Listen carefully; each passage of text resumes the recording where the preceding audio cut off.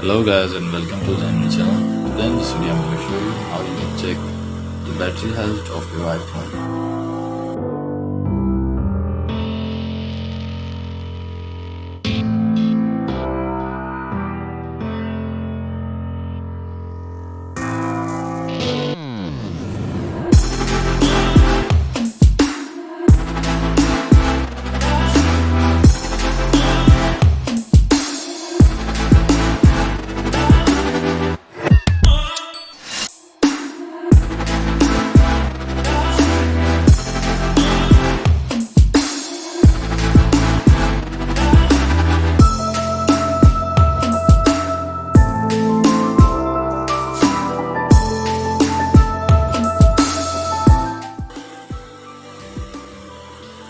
When your battery health is below 80%, you need to change it. It's recommended by IT.